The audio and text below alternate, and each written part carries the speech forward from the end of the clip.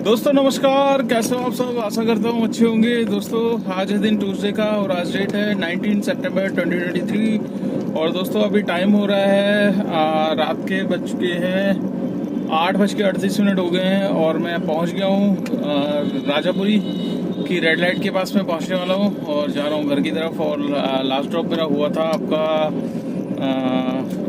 Model town. तो model town से मतलब लास्ट ड्रॉप हुआ था, बट वहाँ से मेरे पास ओला में एक बुकिंग आ गई थी। गोम की लोकेशन लगा दी थी, तो पश्चिम विहार लास्ट ड्रॉप मेरा हुआ था। पश्चिम विहार रेडिसन ब्लू के गोल चक्कर के पास में था, तो वहीं पे मेरा ड्रॉप हुआ दोस्तों। तो आज मैं मॉर्निंग में निकला था, करीब आपका निकला था जल्दी। कोशिश यही करी थी कि कल दिन खराब हुआ था, थोड़ा सा 3-4 घंटे खराब हो गए थे, तो आज मतलब ऐसा कुछ नहीं होगा। तो जैसे कि हम सोच के चलते हैं दोस्तों, तो वैसा होता नहीं है, और जो नहीं सोच के चलते वही चीज़ हो जाती है। तो आज भी मेरे कम से कम 3 घंटे खराब हुए गाड़ी में। तो गाड़ी दिन के टाइम हो गई थी खराब। मतलब मेरा लास्ट ड्रॉप हुआ था टर्मिनल 3 एयरपोर्ट पे। तो एयरपोर्ट पे ड्रॉप हुआ, उसके बाद मैं आरटीआर फ्लाईओवर के ऊपर से मैंने कहा सीएनजी डलवा लेता हूँ आरकेपुरम साइड से। वहाँ सेक्टर 5 मोहन सिंह मार्केट में खाली मिलता है। आप किसी भी टाइम चले जाओ 24 घंटे में वहाँ आपको खाली मिलेगा। हार्डली 5 से 10 मिनट, इससे ज़्यादा आपको नहीं लगेगा वहाँ पर टाइम। तो मैं सीएनजी डलवाने के लिए गया। वैसे आरटीआर का फ्लाईओवर जब उतर रहा था आपका तो वहीं से एकदम से गाड़ी हो गई बंद। तो गाड़ी बंद हो गई और मतलब फिर जब गाड़ी ऑफ हो जाती है तो स्पीड में गाड़ी होती है, ब्रेक भी बहुत मतलब लगते कम, बहुत कम लगते हैं और टाइट हो जाते हैं एकदम। स्टीयरिंग भी टाइट हो गई, तो बड़ी मुश्किल से मैंने मतलब साइड में लगाई गाड़ी को, और ऐसी जगह लगाई कि मतलब स्पीड में ट्रैफिक आया था, पता लगे मेरी गाड़ी में ठोक दे।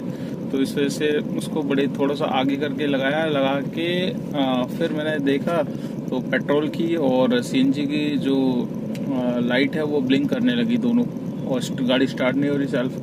और गाड़ी में पूरी मतलब साइन भी नहीं आ रहे, ना चाबी का आ रहा साइन, ना इंजन वाला आ रहा, ना मतलब 2-3 साइन थे जो नहीं आ रहे थे बिल्कुल भी। तो मैंने फिर मुझे लग गया था, मैंने कहा कुछ ना कुछ गड़बड़ हुई है। तो फिर उसके बाद क्या है कि मैंने फ्यूज़ बॉक्स चेक किया, तो पहला ही फ्यूज़ देखा 15 नंबर का जल गया था।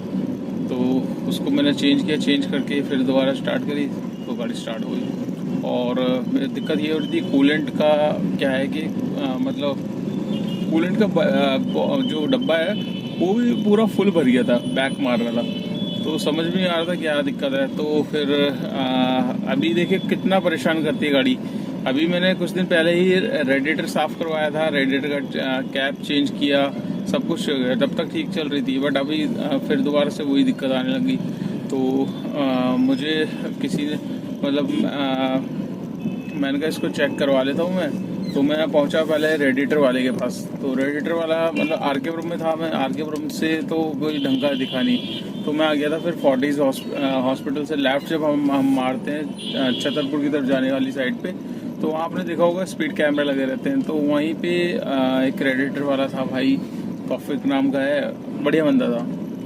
तो देखिए जो बढ़िया होते हैं उनकी तारीफ करना अच्छी बात होती है। अच्छे से बंदे ने चेक किया और उसने देखते ही गाड़ी में बता दिया कि भैया जो आपकी जो टंकी है, ठीक है, टंकी डली हुई है, उसका जो चूड़ी है मतलब गला है वो है टेढ़ा। तो जिसकी वजह से आप जो रेडिएटर का कैप आपने लगाया है वो टाइट नहीं हो रहा, तो ढीला है वो। तो ढीले की वजह से एयर वो हो रही है, जिसकी वजह से कूलेंट बैक डब्बे में आ रहा है। तो कह रहा है ये टंकी आपकी चेंज होगी। और मतलब फिर रेडिएटर भी साफ़ करवाया मैंने। और दोस्तों लास्ट टाइम जब मैंने डलवाया था तो मेरा आधा कूलेंट निकल गया था, तो मुझे लगा मतलब होगा कूलेंट। तो कूलेंट भी मेरा तकरीबन है आधा ही है इस टाइम भी। तो फिर मैंने सोचा चलो यार, अब जो चीज़ होनी है देखिए होके रहती है, खर्चे सडनली आते हैं। कल भी आए थे, कल गाड़ी पंचर हुई थी, ट्यूब डलवाई थी, 400 रुपये तक का खर्चा तब था। और आज रेडिएटर का टंकी डलवाई है, 600 रुपये ये हो गए। उसका पाइप चेंज करवाया, रेडिएटर का फूला हुआ था तो पाइप में से भी डाउट था, तो उसको भी चेंज कराया, 150 रुपये का वो आया पाइप। और पास में एमजीपी का स्टोर था, तो मैंने सोचा था कि वहाँ से कूलेंट भी लेके मैं मतलब चेंज करवा दूँगा। बट कूलेंट भी मतलब जब गया एमजीपी स्टोर पे, तो आज वेडनेसडे का दिन था, एमजीपी स्टोर बंद रहते हैं कुछ लोकेशन पे, तो जिसकी वजह से कूलेंट मैंने पुराना जो था वही डलवा दिया। और उसकी जो एल्बो थी दोस्तों, एल्बो को भी खुलवाई मैंने। एल्बो को खुलवा के जो वॉल होता है वो भी उसका चौक पड़ा हुआ था, तो देखिए वहां से भी साफ करवाया, और वॉल भी वो कह रहा था ये इसको हटा देता हूँ, पर मैंने बोला यार तू लगा के रख, कोई नहीं, कह रहा इससे कोई फर्क नहीं पड़ता। तो दोस्तों मुझे कमेंट्स करके बताना कि वॉल जो एल्बो के पास लगा रहता है उसका कोई यूज़ होता है या फिर फालतू में अगर हटवा दूँ तो सही रहता है। तो मैंने फ़िलहाल लगवा दिया है। लगवाने के बाद फिर मतलब उसके बाद से मैंने 1 घंटे बाद चेक की थी गाड़ी में, एक बूंद कूलेंट मतलब गिरा नहीं है। बाकी अभी मैं घर जा रहा हूँ तो घर जाके भी चेक करूँगा और सुबह देखूँगा क्या स्टेटस है। तो काम तो बंदे ने बहुत बढ़िया किया है रेडिएटर का, ठीक है। बाकी उसके बाद गाड़ी ने कोई दिक्कत नहीं दी। मुझे लग रहा है गाड़ी जो कूलेंट बैक आ रहा था तो हो सकता है गाड़ी हीट के मतलब गर्म हो रही हो, इसकी वजह से फ्यूज़ उड़ गए हो। तो अभी फ्यूज़ तो दोबारा उड़ा नहीं। बाकी अगर कल वल में दोबारा उड़ते हैं तो एक बार इसकी वायरिंग भी पूरी की पूरी चेक करवानी पड़ेगी मेरे को। कहीं ना कहीं से वायरिंग टच हो रही है, बॉडी पे अर्थ मिल रहा है, जिसकी वजह से हो सकता है ये प्रॉब्लम आ रही हो। तो देखते हैं। अभी तो फिलहाल मैं 3-4 घंटे गाड़ी चलाई है तो कोई दिक्कत नहीं आई है, तो आएगी तो फिर देखेंगे। तो दोस्तों मॉर्निंग में निकला था 6:45 बजे, और 6:45 बजे निकल के जो मेरे पास पहले ट्रिप आई थी, तो पहली ट्रिप दोस्तों मेरे पास आई तो रही थी, ये लगा लो आज कम से कम मैंने 15 ट्रिप्स मतलब स्किप करी है। 15 ट्रिप्स में से 12 ट्रिप्स मेरे पास रोहिणी साइड की। तो रोहिणी साइड सुबह जाने का मन नहीं था बिल्कुल भी। तो मैंने कहा उस तरफ क्या है कि पीरागढ़ी साइड में मेट्रो का काम चल रहा है, तो 2 लोकेशन अभी थोड़ी सी तंग कर रही है। एक तो पीरागढ़ी साइड की कर रही है, और एक आपका पंजाबी बाग का जो फ्लाईओवर बन रहा है उस तरफ की लोकेशन 2 है, जो बहुत ज़्यादा भयंकर ट्रैफिक लगा रही है आजकल। तो 12-13 बुकिंग मैंने छोड़ दी, और छोड़ने के बाद फिर मेरे पास लास्ट आई उबर में आपका गुड़गांव उद्योग विहार की। तो उद्योग विहार में 210 रुपये दिखा रहा था 15 किलोमीटर के।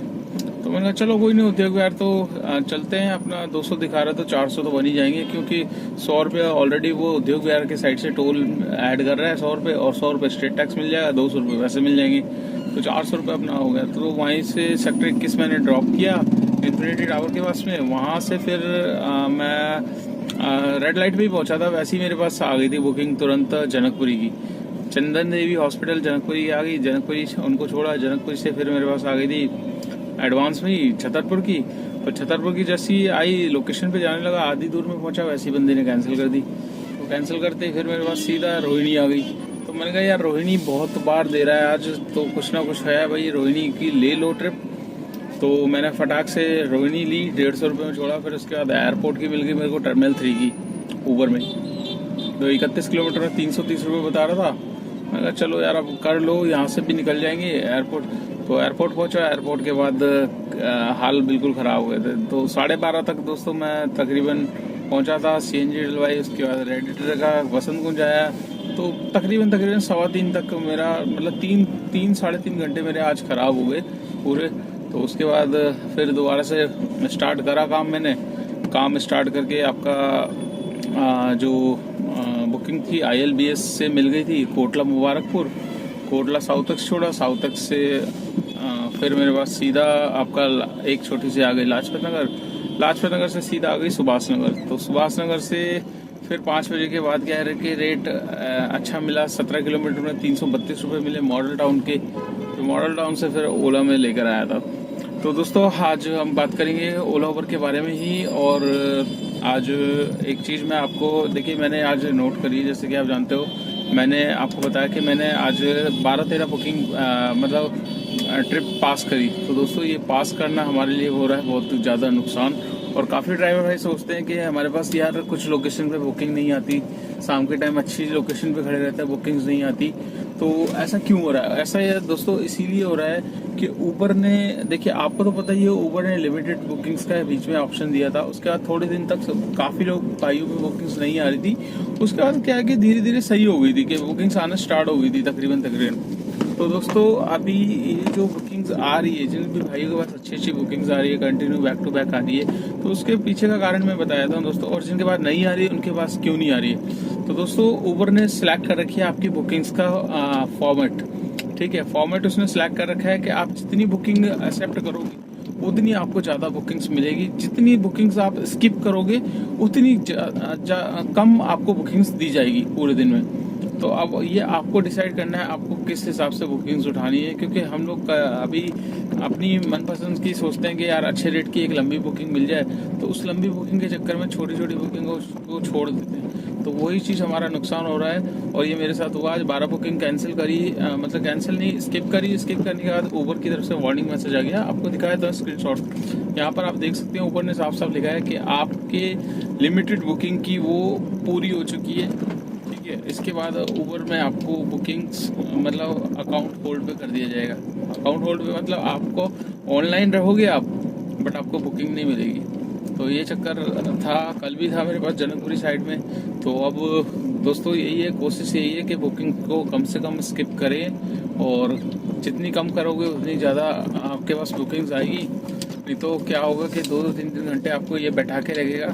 और हमें बैठाने का मतलब है कि ये अपनी गाड़ियों पे देखो, रियल चीज़ मैं बता देता हूँ ना, रियल चीज़ यही है कि ये अपनी फ्लीट की गाड़ियों को बढ़ावा देना चाह रहा है, जिसकी वजह से हमारा एक रीज़न हो गया कि हमने बुकिंग छोड़ी। ठीक है, हम अगर कस्टमर केयर में बात करेंगे तो वो यही कहेंगे आपका एक्सेप्टेंस रेट बहुत डाउन है सर, आप उसको कंप्लीट करिए। तो ड्राइवर को भी लगेगा यार चलो मेरा ये है। तो हमारी जो बुकिंग्स तो बहुत ज़्यादा है, बुकिंग्स आती है, बट आपको नहीं मिलेगी, वो जाएगी ऊबर की फ्लिट्स गाड़ियों पे। ऊबर में लीज में जिन्होंने ले रखी है उनके ऊपर बुकिंग जाएगी। तो इसने पूरा का पूरा एक चक्रव्यूह से रचा हुआ है जिसमें हम फंसे हुए हैं। ठीक है, तो अब देखिए क्या है कि मेरे को भी 7 साल हो गए देखते देखते। तो 7 साल में एक तरीके से कि कोई भी यूनिटी तो है नहीं किसी भी चीज़ की। देखो, जब तक यूनिटी नहीं होगी तब तक इन कंपनियों का कुछ नहीं हो सकता। ये अपनी मनमानी करती रहेगी, जब मर्जी चाहे जिसकी मर्जी को होल्ड पे डाल दे, जब मर्जी चाहे जब किसी को भी ब्लैकलिस्ट कर दे, जब मर्जी चाहे किसी के भी फेयर से कोई भी कंप्लेंट करता है तो हो जाता है, मतलब फेयर कम हो जाता है, बहुत सारी चीज़ें हो जाती है, वार्निंग मिल जाती है। ठीक है, तो ये सब चीज़ें ठीक कब होगी? ठीक तभी होगी दोस्तों जब कोई एक यूनियन का लीडर कोई आवाज़ उठाए। हम लोग एक आध से आवाज़ उठाएंगे बट उससे कोई फर्क नहीं पड़ता।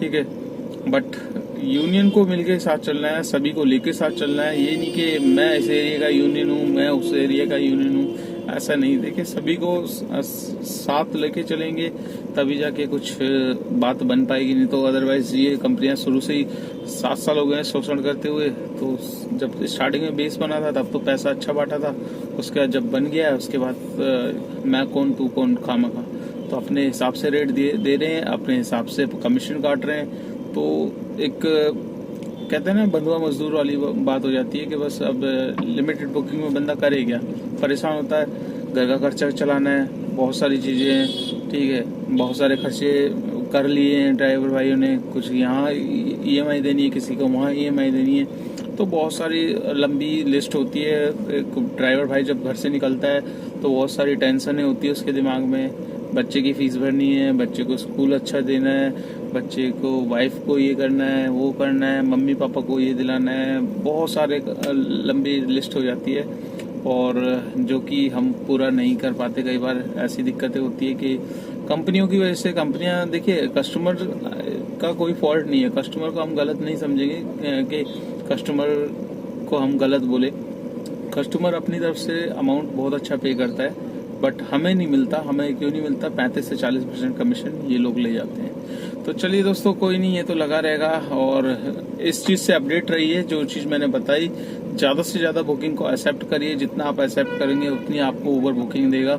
ये उन भाइयों के लिए मैं बता रहा हूँ जिनके पास बुकिंग्स नहीं आती है और दिक्कत होती है, शाम के टाइम पीक टाइम में भी बुकिंग्स नहीं देता, तो उनका कारण जो है वो मैंने आपको बता दिया है, ये कारण है, इसकी वजह से आपको ये प्रॉब्लम होगी। तो ज़्यादा से ज़्यादा एक्सेप्ट करिए बुकिंग और अपनी अर्निंग को बढ़ाइए। तो चलिए दोस्तों, आज का मैं काम आपको बता देता हूँ। देखिए, काम 3-4 घंटे के मेरे खराब हुए हैं, फिर भी मैंने काम खींचा है, जितना भी होता है आपके सामने रख देता हूँ। यहाँ पर आप देख सकते हैं 1738 रुपये का मेरा काम है, और एक ट्रिप ओला की है 145 रुपये, 150 रुपये मान लीजिए। तो 1738 प्लस 150, आप राउंड फिगर मान लीजिए 1900 रुपये, 200 रुपये, तो 1900 का ये है। 300 रुपये टोल मिले हैं, एक तो वैसे ही उद्योग विहार जाने का मिल गया, वापसी का MCD मिल गया, एक स्टेट टैक्स कल मिलेगा।